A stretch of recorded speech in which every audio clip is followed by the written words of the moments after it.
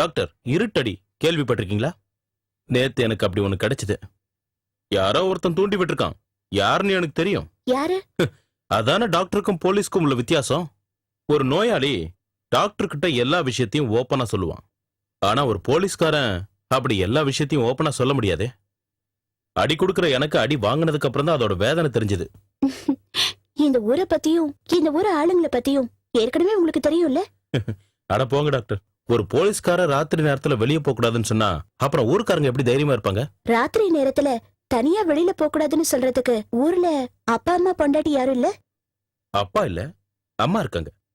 அப்புறம் கடைசியா ஒரு விஷயம் சொன்னீங்களே, I am a chronic bachelor. இன்னைக்கு வரைக்கும் பிரம்மச்சாரி. ஓ, ஐ அம் சாரி. நான் நினைச்சேன் கல்யாணமாயி 2-3 குழந்தை குட்டிகளும் இருக்குன்னு தானே? இல்ல, என்ன பார்த்தாலும் அப்படிதான் தோணும். சேச்சே, அப்படிலாம் இல்ல. கல்யாணம் பண்ணிக்கணும்னு தான் நினைக்கிறேன். நீங்க சொன்ன மாதிரி நடுராத்திரி வீட்டை விட்டு போகும்போது அக்கறையா அட்வைஸ் பண்ணி அனுப்புறதுக்கு அன்பான ஒருத்திய. எத்தனையோ ஊருக்கு டிரான்ஸ்பர் ஆகி போயிருக்கேன். அங்க எங்கேயும் மனசுக்கு பிடிச்ச பொண்ணு எனக்கு கிடைக்கணும். அந்த வேலையை உங்ககிட்ட ஒப்படைக்கட்டுமா? உங்க கூட படிச்ச நிறைய ஃப்ரெண்ட்ஸ்லாம் இருப்பாங்களே. நீங்க என்ன எதிர்பார்க்கறீங்க? குறைஞ்சது ஒரு 10 லட்சம் ரூபாய் வரதட்சணை, கூடவே கொஞ்சம் தங்கம், அப்புறம் ஒரு 10,000 தேங்காய் கிடைக்கிற மாதிரி ஒரு தோட்டம், ஒரு first class Honda City car. இதெல்லாம் ஒண்ணும் வேண்டாம் டாக்டர். 4 பேர் மதிக்கிற மாதிரி நடந்துக்கணும். That's my only demand. Excuse me, you?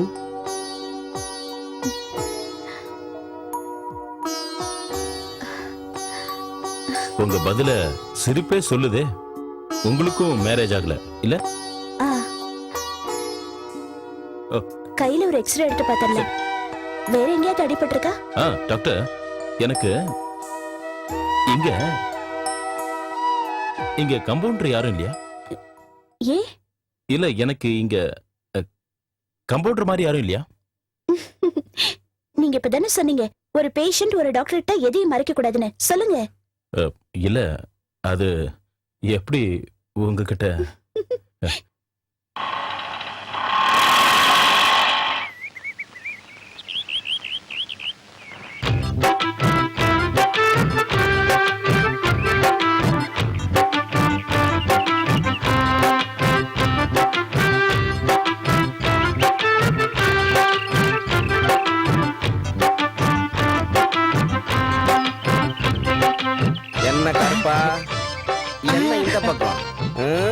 உங்க பாத்ரூம்க்கு அந்த பக்கம் இருக்கிற மரத்தை நான் தான் சீவுறது. இப்போ இந்த பக்கம் இருக்கிற மரத்தையும் சீவலாமான்னு கேட்க வந்தேன். அதுக்கு நீ தென்னை மரத்தை கேட்கறதுக்கு மட்டும்தான் வந்தியா? சொல்லு.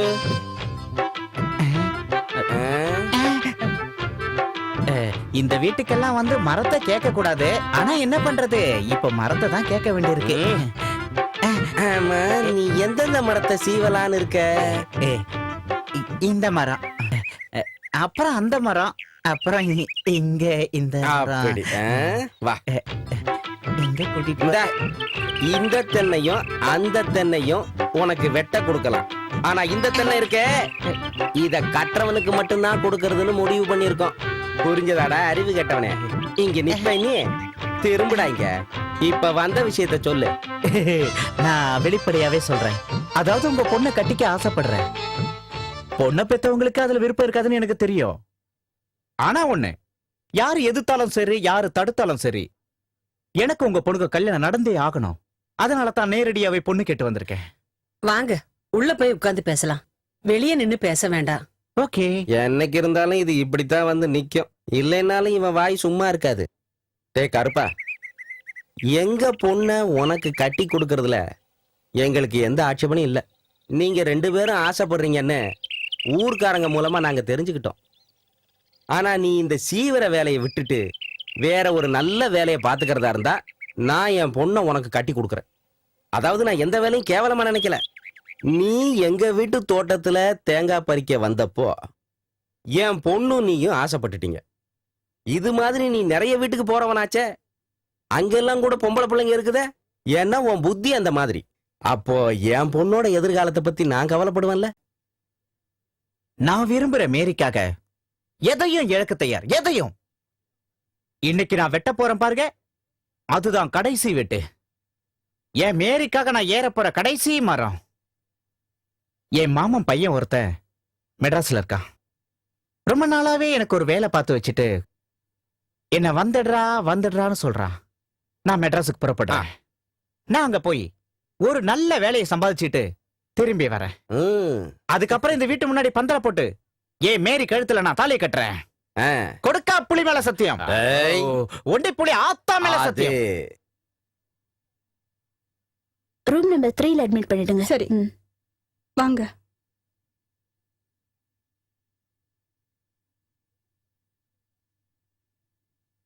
உட்காருங்க. 2-3 நாளாவே இருமல் நிக்கவே மாட்டேங்குது. கூடவே மூச்சு திணறலும் இருக்கு. எழுந்து 2 அடி நடந்தா அப்படியே தலையில சுத்துற மாதிரி இருக்கு. பேர் என்ன? நாராயணமூர்த்தி. உங்களுக்கு உடம்புக்கு ஒண்ணும் இல்லையா? இல்ல, எங்க தாத்தாவுக்கு தான். சாரி டாக்டர், பேஷண்ட் யாருன்னு சொல்லாமலே நான் பாட்டுக்கு பேசிட்டேன். It's all right. உங்க தாத்தாக்கு என்ன வயசாகுது? 72.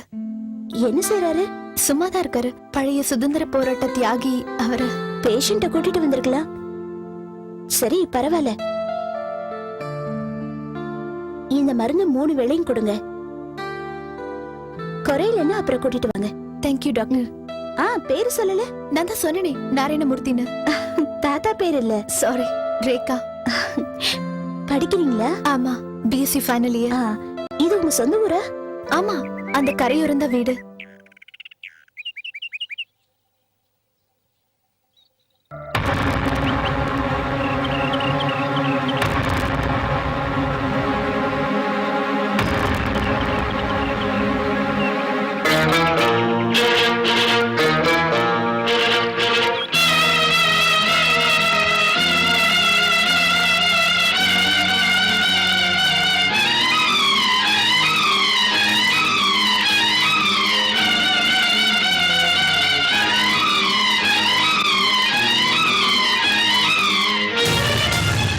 உன்னாலதான் இவ கெட்டு போறான்.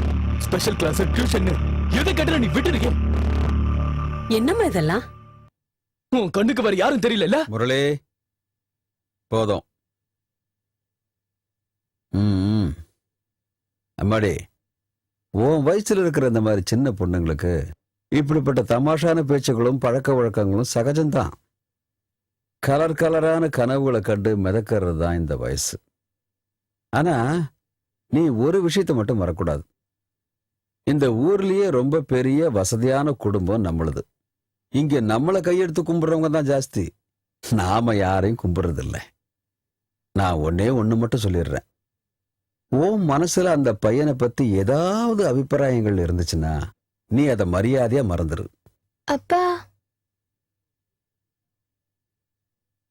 என்னுடைய சிரிச்ச முகத்தை மட்டும்தானே நீ பார்த்திருக்க. எனக்கு இன்னொரு முகமும் இருக்கு. போறியா உள்ள?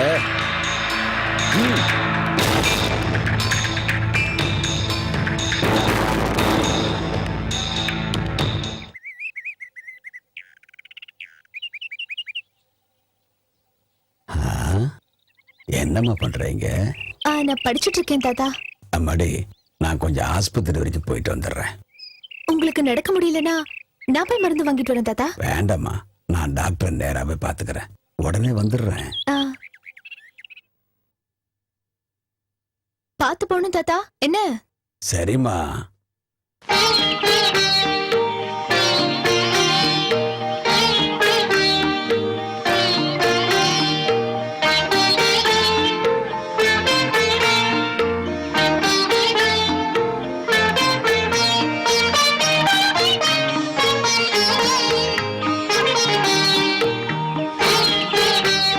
இந்த சனிக்கிழமை நீ ஊருக்கு போக வேண்டாம். ஏன், ஏதாவது விசேஷமா? அதெல்லாம் அப்புறம் சொல்றேன். சும்மா சனிக்கிழமை ஊருக்கு போறது, அப்புறம் திங்கக்கிழமை திரும்பி வருது, எதுக்குங்கிற? நான் போகலன்னா தாத்தா தேடுவாரே.